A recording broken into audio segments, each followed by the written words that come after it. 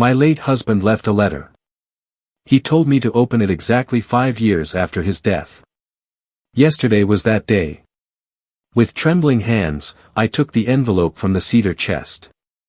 Inside was a single note. It said my death was not an accident and that there is a room under the house. When I went down there, well, I found things I never expected. Good day, dear listeners. It is Sarah again. I am so glad you are here with me today. Please like this video and listen to my story until the very end. Also, let me know which city you are listening from.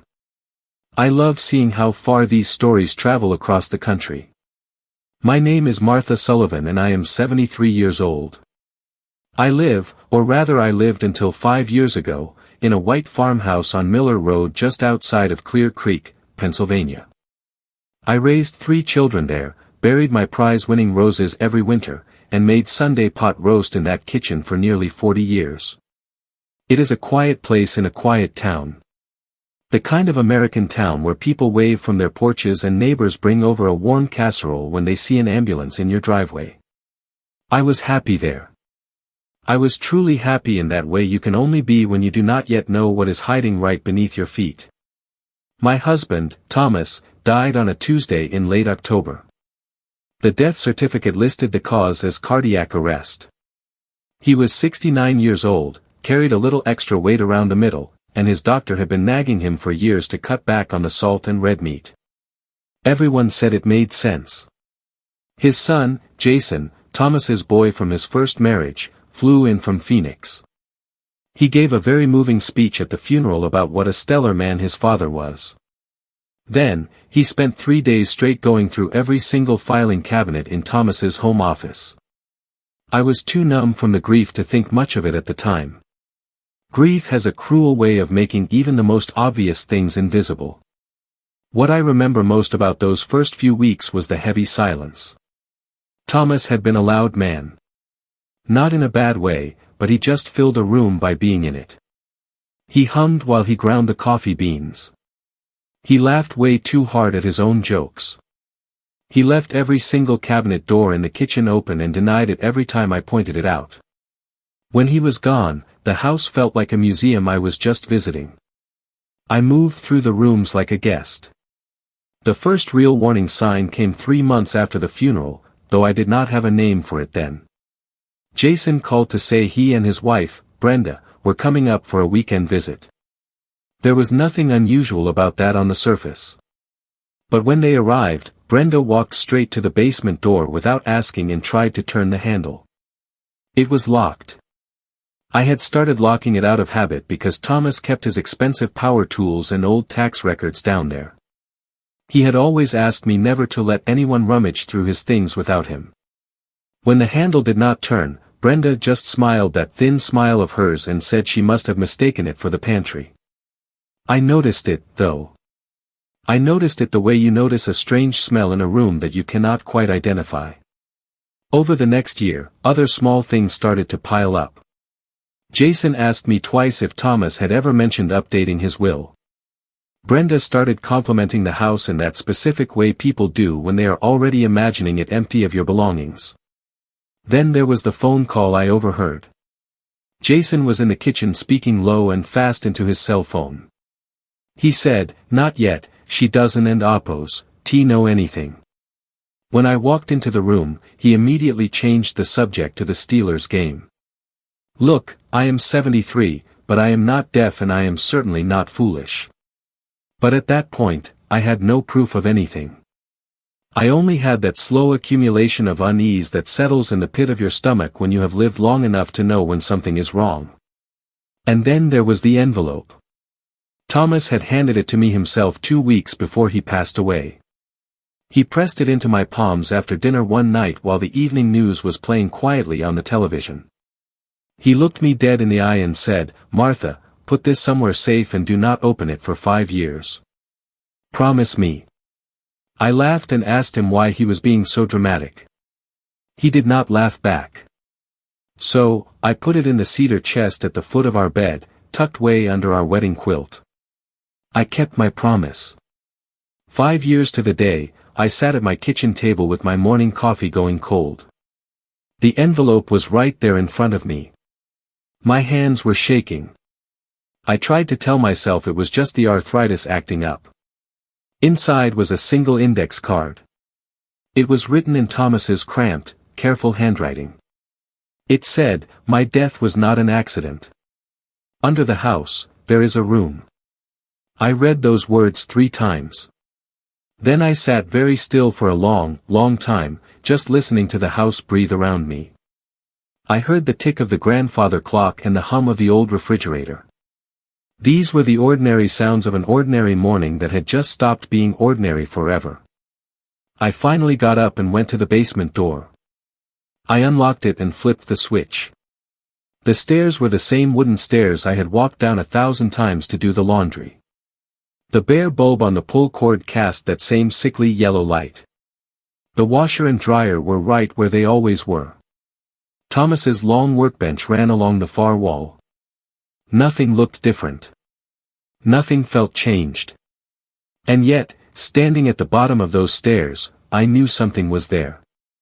I could feel it the way you feel a word on the tip of your tongue. You cannot see it yet, but you know for a fact it exists.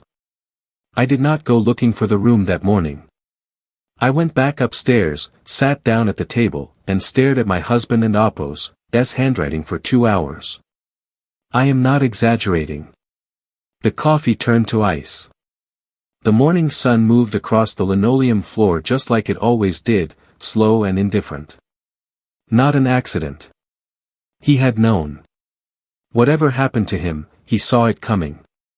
He knew it far enough in advance to write a note, seal it, and hand it to me with a look I had mistaken for sentimentality. Why hadn't and Appo's, he told me directly. Why wait 5 years? The questions hit me in waves. And underneath every question was the same cold truth. If his death was not an accident, then someone had killed him. And if someone had killed him, it was almost certainly someone we knew and trusted. I thought about Jason. I did not want to think about Jason. He was Thomas's flesh and blood. He was the boy in the dusty photographs on the mantel. He was the teenager Thomas had coached in Little League and driven to college and worried about quietly for 30 years. But I also thought about Brenda's hand on that basement door. I thought about the secret phone call in my kitchen.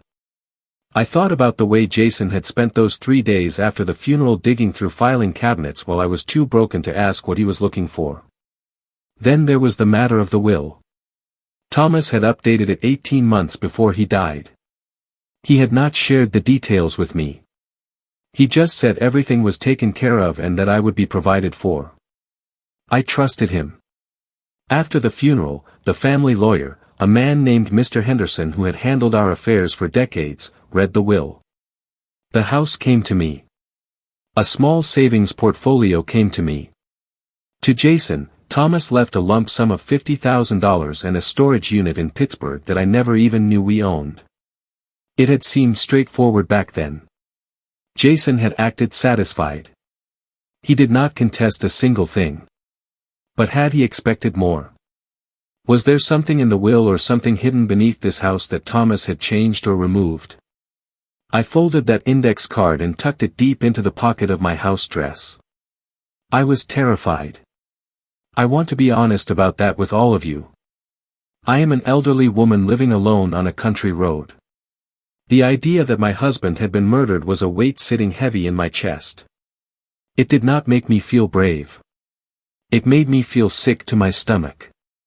I wanted to call my daughter, Megan, who lives in Philadelphia, and tell her to come home immediately. But I did not call her. Not yet. I have learned a few things in 73 years of living. One of them is that if you panic, you lose. If you go running to other people before you truly understand what you are dealing with, you hand over the lead to someone else. I was not ready to do that. Not until I knew exactly what was in that basement. I gave myself until the afternoon to settle my nerves. I spent the morning making a list. Not a dramatic list, but a plain, practical one. Thomas believed his death was not an accident. There was a hidden room. Jason and Brenda had tried to get into the basement. There was a phone call I wasn't supposed to hear. That was what I knew for sure. What I suspected was much darker. I wrote it down anyway because writing things down makes them real. I suspected Jason knew about whatever was in the basement. I suspected he wanted it, or wanted it gone, and that Thomas had stood in his way. I suspected $50,000 wasn't nearly enough for what Jason thought he was owed. After lunch, I forced myself to eat some toast because I needed to be clear-headed. I went back down to the basement. This time, I looked properly. The basement was about 700 square feet of unfinished space. I had spent decades walking past the shelves and the workbench without ever really looking at the walls themselves. Now, I examined every inch. I ran my hands along the cold concrete blocks. I checked behind the heavy shelving units. I knocked on the drywall panel along the south wall. It was the only wall in the whole basement that had drywall instead of exposed block. I listened to the sound. It was hollow. It wasn't the normal hollow sound of drywall over wooden studs. It was a deeper, emptier sound. When I looked closer, right behind a row of old paint cans Thomas had lined up, I saw a seam. It wasn't a crack. It was a deliberate, straight line cut into the drywall and then carefully covered with a bit of paint. It was a door. I did not open it that day. I stood there with my heart racing and I made a decision. I needed a witness. I needed someone whose word could not be dismissed. I was going to do this by the book. I knew I couldn't open that hidden door alone. If I found something life-changing or incriminating, I needed someone with legal standing right there beside me. My plan was simple. I would call Mr. Henderson, the lawyer. I would tell him about the 5-year letter in the room. I would make sure everything was documented from the very start. If my suspicions about Jason were true, I wasn't going to give him a single legal loophole to jump through. I called the law office the next morning. His secretary, a nice woman named Linda, put me through quickly. Mr. Henderson came on the line with that warm, professional tone he always used. He asked how I was holding up. I told him I was doing fine, which was a lie, and then I told him about the letter and the basement, which was the truth. There was a very long silence on his end of the line. He asked me to repeat what the note said. My death was not an accident. He sounded concerned. He asked if I had entered the room yet. I told him I hadn't touched a thing. He agreed to come over that Thursday at 2:00 He told me I was doing the right thing by waiting for him. He arrived on time, bringing a young assistant named Mark who carried a digital camera and a notepad. I hadn't told anyone else what was happening. Not Megan, not the neighbors, and certainly not Jason. I had gone about my week as normally as possible. I went to the grocery store. I went to my Tuesday bridge club. But on Wednesday afternoon, something happened that made my blood run cold. Jason called my cell phone. He almost never calls me. We usually just exchange a few texts around the holidays. He sounded strangely cheerful. He asked how the house was holding up and if I had been out to look at the back acreage lately. Thomas had bought a 10-acre plot of land adjacent to our house years ago, thinking he might garden it, but he never did. Jason asked if I was thinking of selling it anytime soon. I told him the house was fine and I had no plans to change a thing. I kept my voice as flat and pleasant as a Sunday afternoon. After I hung up, I sat in the dark. He knew something had changed. I didn't know how he knew, but that call was not a coincidence. It was a test. Thursday came. I led Mr. Henderson and Mark down to the basement. Mark took photos of everything before we moved a single paint can. He photographed the workbench, the seam in the wall, and the dust on the floor. Mr. Henderson used a flat tool from Thomas's bench to carefully pry the panel open. Behind the drywall was a small room, maybe 8 by 10 feet. It had a concrete floor and a single light bulb on a pull cord. Thomas had built this himself. I recognized his handiwork everywhere. There were metal shelves bolted to the walls and a heavy, fireproof safe in the corner. On the middle shelf sat a large manila envelope. In Thomas's handwriting, it said, "For Martha. In case." Mr. Henderson looked at me and said it was my call to open it. My hands were steady this time. The envelope contained a long handwritten letter, 3 thumb drives, and a professional real estate appraisal for the back 10 acres. The appraisal was dated just 8 months before Thomas died. It valued that empty land at over $400,000. In the margin, Thomas had written in bright red ink that Jason knew about this value and had hired the appraisers without permission. He wrote, "Do not let him have this land." I stared at that number. $400,000. Suddenly, everything made sense. That land had been quietly rezoned for commercial development right before Thomas died. Thomas knew it, and apparently, Jason had found out too. The land wasn't Apos, T specifically mentioned in the will, which meant it passed automatically to me as the surviving spouse. Jason must have expected to inherit it directly or planned to trick me into selling it to him for pennies before I knew what it was worth. But the 14-page letter told a much scarier story. Thomas wrote that in the weeks before he died, he felt like Jason was stalking him. He described visits that felt like threats. He mentioned a new heart doctor Jason had insisted he see. Thomas wrote that he didn't trust the man and felt strangely sick after every appointment.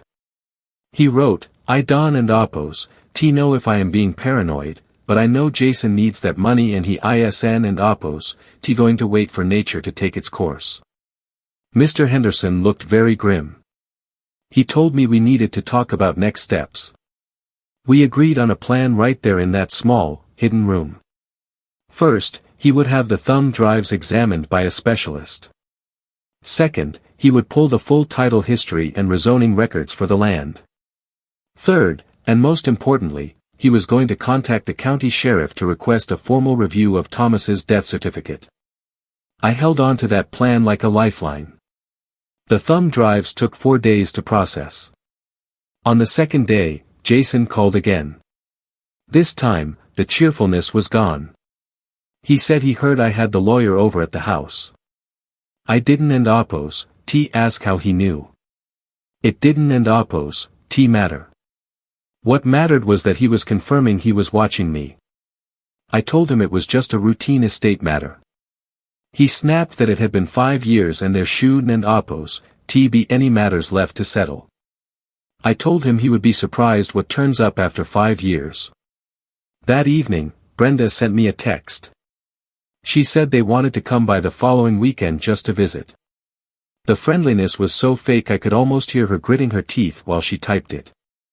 I told her I was busy and maybe another time. On the 4th day, Mr. Henderson called about the thumb drives. Thomas had been incredibly thorough. The drives contained exported text messages between Jason and a real estate developer in the city. They discussed the land in detail. They discussed Thomas's refusal to sell. And in one message sent 6 weeks before Thomas died, Jason wrote, "He is not going to move on this voluntarily, we need to think about other options." The developer replied, "I hear you, let me make some calls." Mr. Henderson told me that combined with the letter, it was enough for the sheriff and Apos' office to take this seriously. They were officially opening a review. 3 days later, on a Saturday morning, Jason and Brenda showed up at my door uninvited. Brenda was holding a peach pie in a glass dish. Jason stood behind her with his hands jammed in his pockets and a look of pure fury on his face. I opened the heavy wooden door but kept the screen door locked. Jason didn't waste time with small talk. He said he heard I was talking to the sheriff. I told him people talk. He lowered his voice and told me I was making a serious mistake. He said I was an old woman living alone and I didn't need this kind of trouble. He told me if I kept pulling at this thread, I was going to get hurt. I looked him right in the eye and asked if he was threatening me. He flinched just a little, not because I was scared, but because everything had become so real. I gave myself a few days to just breathe. I stayed home and worked in my garden. I called my daughter Megan. I didn't tell her everything yet, but I just needed to hear her voice. She told me I sounded different. Calmer. I sat on my back porch in the evenings and looked out at that 10-acre field. It was worth a fortune, and Thomas had protected it with his life. I thought about what was coming next. On the third day of my rest, I got a call from a different lawyer, a man named Gary who did real estate work in town. He said he represented a group that wanted to make a very generous, off-market offer for my land. He offered $380,000. I told him that was below the appraised value. There was a long silence. He asked how I knew the appraised value. I told him to have his client call my lawyer and then I hung up. There was no temptation to take the money. The money wasn't the point anymore. The point was the note. The point was the truth. I made a pot of tea and called Mr. Henderson. He told me that this Gary person worked for the same developer Jason had been texting. They were panicking. They were trying to settle this before the sheriff dug too deep. That evening, Megan drove up from Philly. I hadn't asked her to come, but she knew something was up. I sat her down at the kitchen table and told her everything. The note, the room, the threats, all of it. Megan has her father and Appo's way of listening. She didn't interrupt once. When I finished, she asked if the lawyer thought there was enough for a real investigation. I told her they were looking into the doctor Jason had recommended. She asked what I needed from her. I told her I just needed her to know the truth so I wasn't carrying it alone. She stayed for 2 nights, and we talked about the old days, about Thomas's bad jokes and the way he loved this house. When she left, she told me I was the most stubborn woman she had ever known. I watched her drive away and felt a sense of peace. My neighbor, Mrs. Gable, a retired teacher, came over to check on me.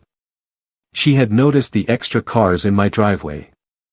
I told her I was just finishing up some old paperwork. Knowing she was watching out for me made me feel a little safer. Hargrove called on Friday to say the sheriff had officially upgraded the review to a formal investigation. They were pulling Thomas's medical records and planned to interview that cardiologist. Things were moving now. I went out to my garden and started planting some new flowers. There are things in this life you cannot control, and things you can. I find it best to keep your hands busy with the things you can. They came back 12 days after that first visit. This time, Brenda called ahead. She used that overly sweet voice she saves for church functions. She said they had been doing a lot of thinking and felt terrible about how things had been left. She asked if they could come over for coffee just to talk things through. She said we miss you in a way that sounded like she had practiced it in a mirror. I said yes. I said yes because I wanted to see what they would try next, and because Megan was now only a phone call away. They arrived at 10:00 on Wednesday morning. They were dressed up more than they needed to be. Brenda brought a store-bought coffee cake like it was some kind of peace offering. Jason actually shook my hand, which he hadn't done in years. He told me I looked well. We sat at the kitchen table. I poured the coffee, but I did not put out the cake. I didn't want them to feel at home in my kitchen. Jason started. He said he knew the last few months had been hard on me.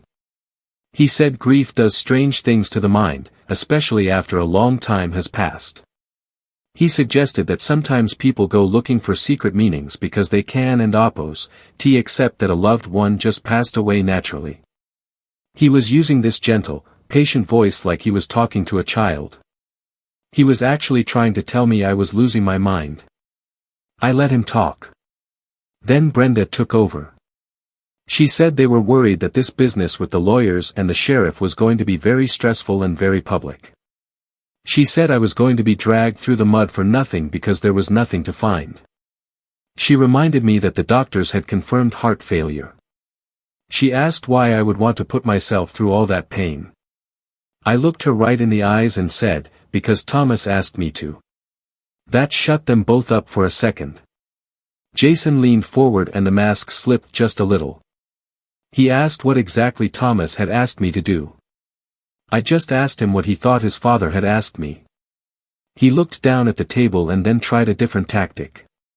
He offered to buy the land right then and there for the full appraised value. He said I could take the money and move closer to Megan in the city. He said nobody had to get hurt. There it was. The real reason for the visit. I put my coffee cup down and asked him to clarify. I asked if he was offering to buy the land in exchange for me stopping the legal investigation into his father and Appo's death. Brenda tried to jump in and say that wasn't Appo's what they meant, but I cut her off. I told them to dress it up however they liked, but we all knew what was being said. Jason stood up then. All that fake patience was gone. He told me I was making a massive mistake. He said I was an old woman and I was about to destroy the only family I had left for a piece of dirt and a letter from a man who wasn't Appo's thinking straight in his final days. I told him he should leave. Brenda was still sitting there. She put her hand on the table near mine and her voice went cold. She said they could make this very unpleasant for me. She mentioned court challenges to the estate and questions about my mental competency. She said Jason was Thomas's blood and I was not. She said they would make noise that would follow me and my grandchildren forever. I told them to take their coffee cake and get out of my house. They left. Jason didn't and Appo's shake my hand this time. They left the cake on the counter. I locked the door and actually sat down on the kitchen floor for a minute. Not because I was falling, but because I needed to be grounded. That threat about my grandchildren had hit me hard. I needed a moment to breathe before I could think clearly again. I knew they would try it. I believed Brenda had the cold heart required to drag me through a court case just to humiliate me. But they didn't and Appo's know one thing. I had spent my time doing more than just gardening. I had written down every single interaction. Every phone call, every visit, every word they said. I had a record that went back years. I had the letter. I had the drives. I had a good lawyer. I got up, washed my face, and called Mr. Henderson. I told him about the offer and the threat of a competency hearing. He told me that was witness intimidation and that it was actually a good thing for us because it showed they were panicking. I wrapped that coffee cake in plastic and put it in the fridge. I am a practical woman, I wasn't Appo's going to let it go to waste, and it wasn't Appo's the cake and Appo's fault. The call from the lawyer came on a Thursday in early May. He told me the sheriff and Appo's office had upgraded the case to a formal criminal investigation. They had interviewed the cardiologist, a Dr. Miller.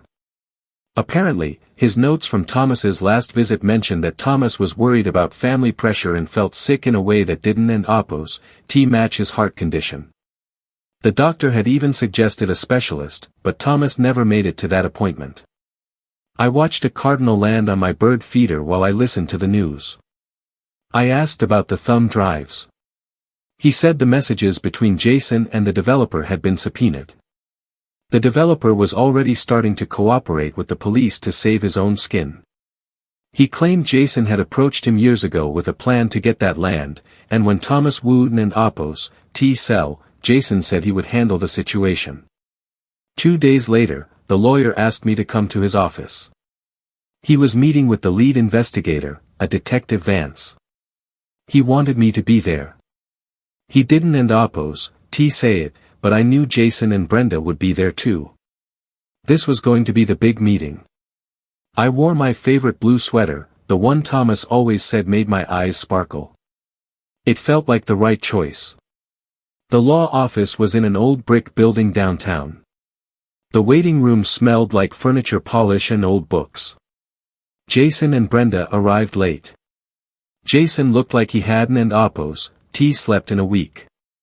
That confident act of his was completely falling apart. She didn't and Oppos, T even look at me for the first 20 minutes. She focused entirely on Jason. She asked him about the texts and the land. She asked him what he meant by handling the situation. Jason tried to play it off. He said the texts were taken out of context. He said he was just trying to help his dad with his finances. Then the detective asked about the doctor. She asked why Jason had insisted his father see that specific cardiologist. Jason said he just wanted the best care for his dad. Then she asked how Jason knew what was said in those private appointments if he wasn't and Oppos, T in the room. The whole office went silent. Jason started stammering. He said the doctor must have called him because he was the son. The detective told him that Dr. Miller had already testified that no such call was ever made. Brenda made a small choking sound. Jason pulled his arm away from her. That was the moment I knew it was over. He was so desperate to save himself that he was even pushing away his only ally. He tried a few more desperate lies. He suggested I had hidden the room myself. He suggested the developer was lying. The detective just watched him with this look of pity. She finally told him he should probably stop talking until he had his own criminal defense lawyer present. It wasn't Oppos, T legally finished yet, of course. That would take months of court dates and paperwork. But in that room, at that table, the truth had finally come out. The story Jason had told himself had collapsed. I didn't and Oppos, T say a single word during the whole meeting. I didn't and Oppos, T have to. I just looked at him once as we were leaving. He looked back at me with something that looked like shame. I thought about Thomas building that room in secret. I thought about him filing those papers and copying those drives, probably hoping he was wrong about his own son. But he hadn't and Oppos, T been wrong. He had been careful. He had been a protector until the very end. The formal arrest happened 11 weeks later on a Tuesday morning in July. I remember the day because I was at the local nursery picking out some summer flowers. My lawyer called and told me the news while I was holding a flat of purple coneflowers. I set them down and just stood there for a minute, listening to the bees and the wind in the trees. I whispered, "Thomas, it is done." Jason was charged with conspiracy to commit fraud and elder abuse. But the big one was conspiracy in connection with reckless endangerment. They couldn't and Oppos, T prove premeditated murder, but they had enough to show that Jason had put his father under so much physical and mental stress, knowing his heart was weak, that it led directly to his death. There were digital footprints and witness statements and, of course, Thomas's own words. Brenda was charged with conspiracy and witness intimidation because of what she said to me in my kitchen.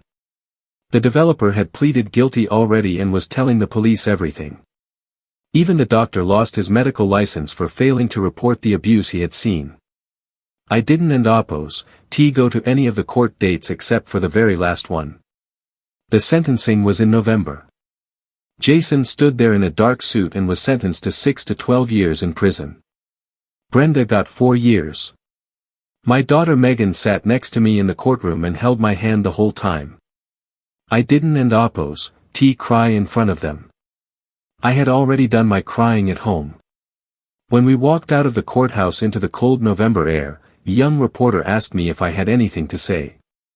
I told her that my husband had built a room and put the truth inside it, and he trusted me to find it.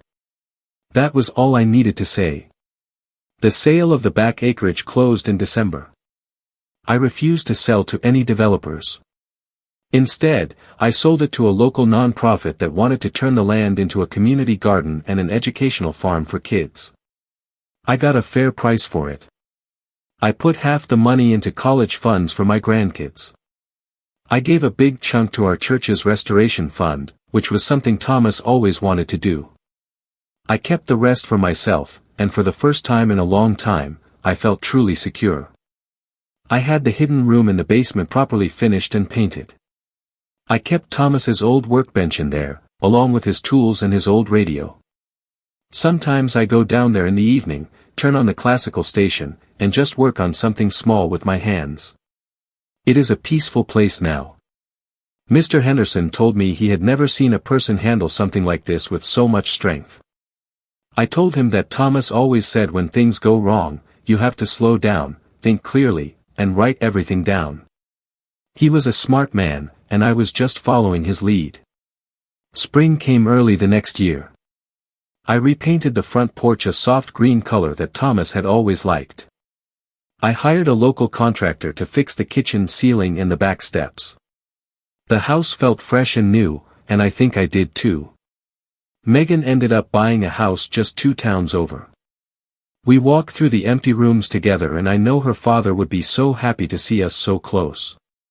My granddaughter, Clara, came to stay with me for a week in July. We worked in the garden together, planting all the flowers Thomas loved. She asked me one night what it felt like to find that note. I told her it felt like finding a door in a wall I had walked past 1,000 times, and not knowing if I was brave enough to open it. She asked if it was worth it. I told her it was worth it every single day. I took a trip to the Maine coast in September. It was where Thomas and I had gone for our honeymoon. I sat by the ocean and talked to him. I told him about the room and the trial. I told him about the kids playing on our old land. I told him he was right to trust me. As for the others, Jason is serving his time in a state facility. His marriage fell apart before he even went to jail. His own daughter won and oppose, even speak to him anymore. Brenda served her time and moved out west somewhere. I Don and oppose, think about them much. That chapter of my life is closed and the book is on the shelf. The basement room is quiet. The radio plays my favorite songs. The flowers come up every year, just as beautiful as ever. This is my life now. It is a good life, and I have made it my own again. Thomas used to say that the truth doesn't and oppose, rot, you just have to give it some room to breathe. He built that room for me. He sealed the truth inside and waited 5 years for me to be ready. He gave me the greatest gift you can give another person, the belief that they are strong enough to handle what is real. What I have learned through all of this is that patience is not a weakness. Keeping records is a form of power. And the people who try to tell you that you are too old or too confused or too alone to fight back are usually the ones who are the most afraid of you. What would you have done if you found that note in your cedar chest? If this story stayed with you today, please leave a comment and share it with someone who might need to hear it. Thank you so much for listening to my story.